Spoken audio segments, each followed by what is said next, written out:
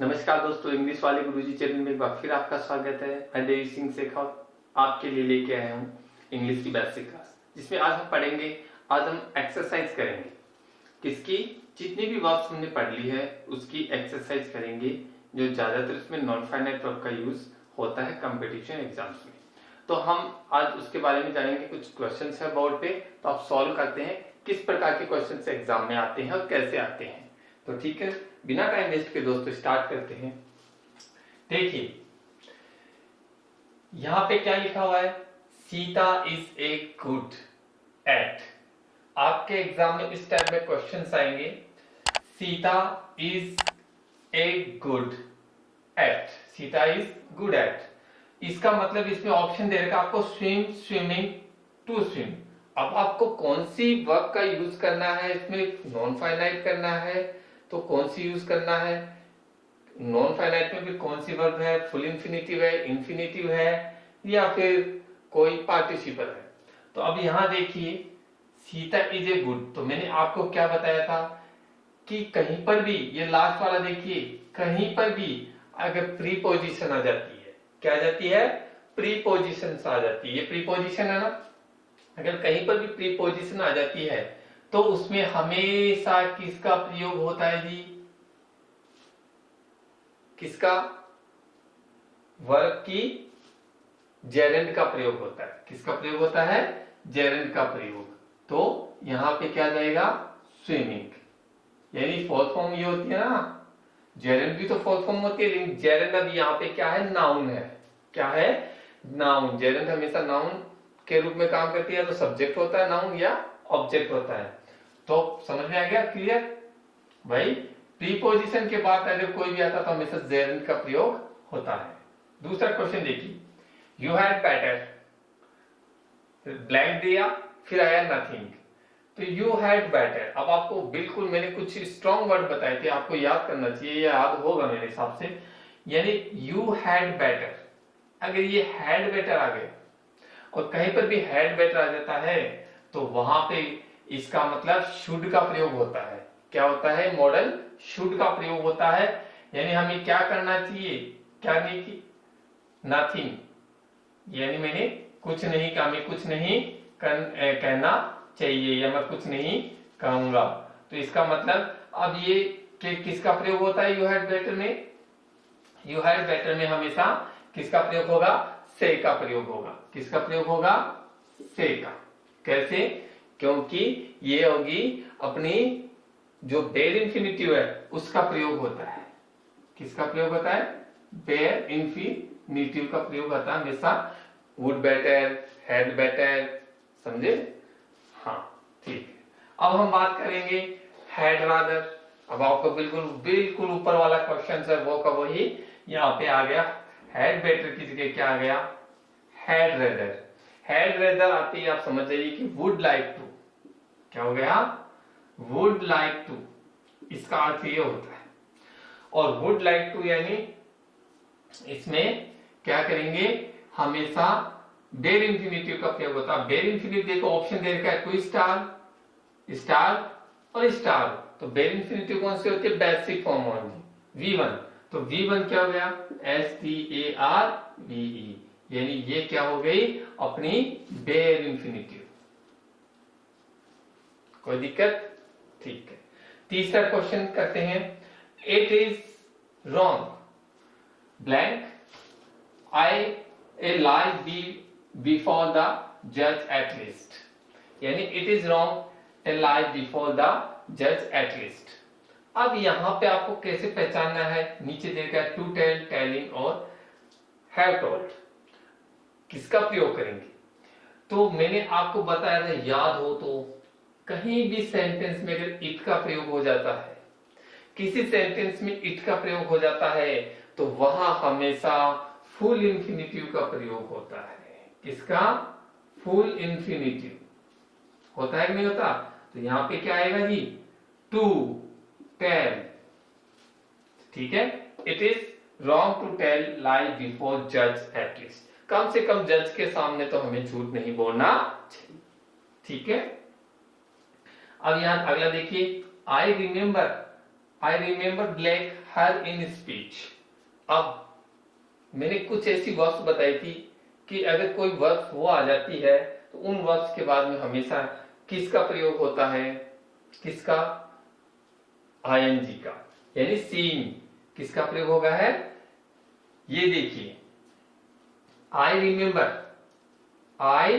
Remember, तो अब यहाँ पे टू सी आएगा या सा आएगा या सीइंग आएगा, तो क्या आएगा, सीइंग हर, किसको, SEEING, आई रिमेंबर सीइंग हर। तो आप क्लियर हो जाएंगे यहां पर भी। चलिए अगला लेते हैं, सी डिसलाइक माई। अब इसमें देखिए see dislike my blank on Sunday. अब यहां कैसे पहचानोगे कि वर्क आ रहा है, वर्क आ गया वर्किंग। तो कहीं पर भी अगर यहाँ पे पॉजिटिव आ जाता है, पॉजिटिव पर्सन केस आ जाता है, पॉजिटिव केस है ना, ये देखिए बिल्कुल है ना, एक नहीं भाई, पॉजिटिव कैश, पॉजिटिव केस कहीं पर भी आ जाता है तो वहां पे हमेशा माई के बाद हमेशा क्या लगता है, वर्किंग यानी फोर्थ फॉर्म, क्या लगेगा, वर्किंग, यानी जेरन का प्रयोग हो रहा है कि नहीं हो रहा है, यहाँ पे हो रहा है ना, वर्किंग, माई वर्किंग, यानी पॉजिटिव केस में हमेशा आईएनजी का प्रयोग किया जाता है। अगला वाला देखिए, डू यू डेयर। अब यहाँ पे मैंने आपको काफी बार समझाया था, डेयर आ गया, और डेयर के दो नियम बताए थे मैंने। अगर डेयर से पहले, डेयर किसके रूप में, मॉडल है ये, और मॉडल का प्रयोग हमेशा अगर मॉडल के रूप में होता है या फिर इसका प्रयोग, डेयर का मतलब मेन वर्ब भी होती है और मॉडल भी होता है, तो मॉडल होगा तो इस ये हेल्पिंग वर्ब के रूप में काम करेगा। तब तो हम क्या करेंगे, डेयर इंफिनिटिव का प्रयोग करेंगे कि नहीं करेंगे। लेकिन यहाँ पे मॉडल देखिए मेन वर्ब के रूप में काम कर रहा है, किसके रूप में, मेन वर्ब के रूप में काम कर रहा है। हेल्पिंग वर्ब तो यहाँ आ गई, ये हेल्पिंग वर्ब है, अब यहाँ पे मेन वर्ब के रूप में काम कर रहा है, तो फिर क्या होगा, बताया था आपको, फुल इंफिनिटिव का प्रयोग होगा। तो फुल इंफिनिटिव क्या है भाई, टू रिफ्यूज। बिल्कुल क्लियर हो गया ना, यानी ये फुल इंफिनिटिव का प्रयोग यहां पे होगा।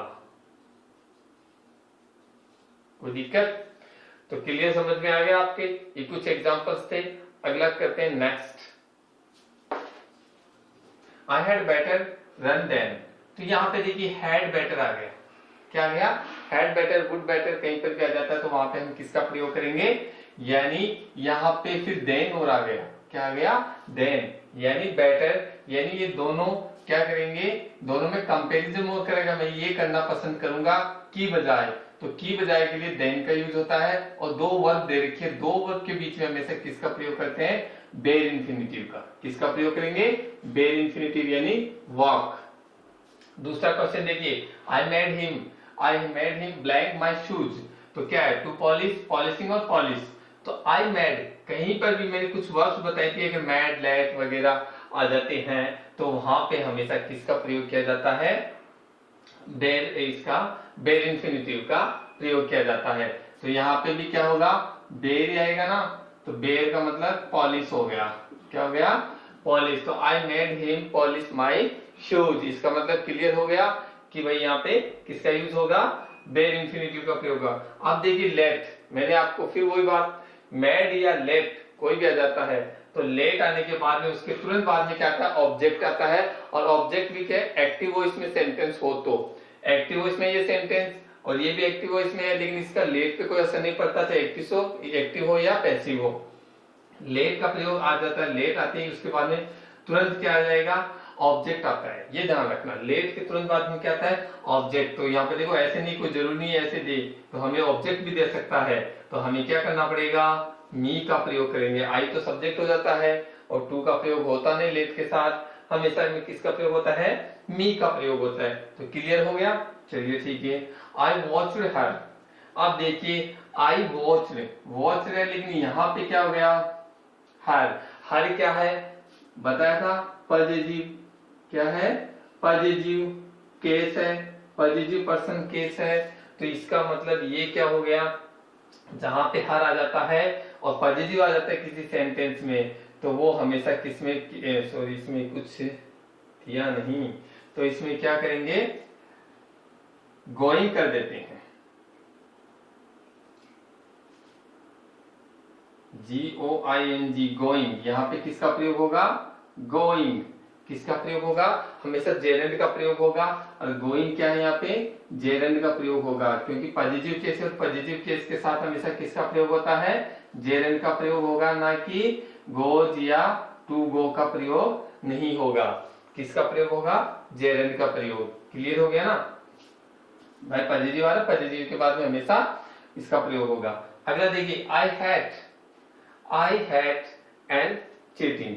ये देखिए मैंने कुछ एक बताया था, दो सेंटेंस होते हैं उसमें एंड आ जाता है, एंड में दो वर्ब आ जाती है, तो एक वर्ब या तो पहली वाली क्या होती है, टू के साथ जुड़ी हुई रहती है, दो वर्ब होती है, दो वर्ब में पहले वाला सेंटेंस में जुड़ा रहेगा, एंड के बाद में हमेशा बेर इंफिनिटिव का प्रयोग होता है, एंड से पहले फुल इंफिनिटिव का प्रयोग होता है। तो ये फुल इंफिनिटिव का मतलब हो गया 2 + V1, तो ये क्या हो गया, टू